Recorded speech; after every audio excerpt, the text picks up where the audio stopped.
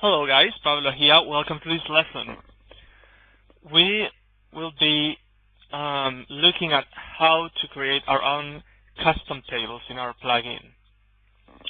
The example that we're going to work on will be visit counter, so that every time that we load one of our articles, we're going to save the article ID, the visitor's IP address, and the date on which this visit occurred.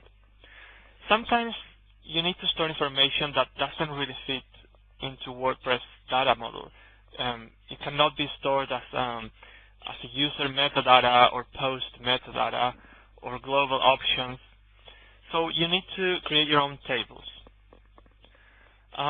Tables are created when you activate the plugin. We've seen how that's done. How to run code when the plugin is activated. We use the register action hook, and this is the name of the function that I've created here. So inside of this function, we're going to create a custom table. We're also going to check that that table hasn't been created previously. So we're only going to create it if the table doesn't exist. First thing we need to do is access a global variable called WPDB, WordPress database. If we look at our tables, our database tables, they all have this WP underscore prefix. We don't know that beforehand because some people might have configured their WordPress to do something else.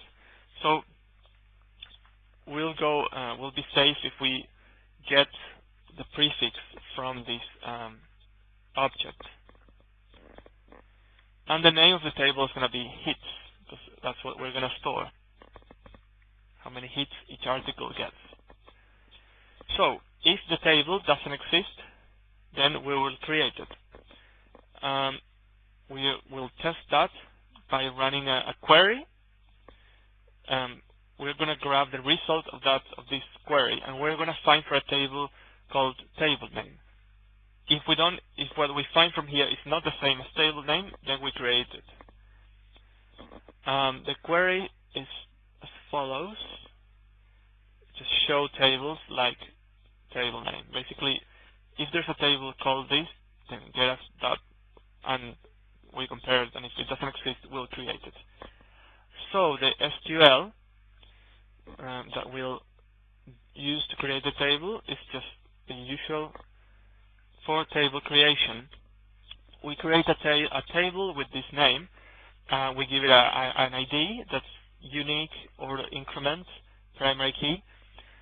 We store the IP address, the post ID, and the date. Now we run the upgrade.php file, which will carry out this upgrade. That should do it for the creation of the table. Let's see if it works.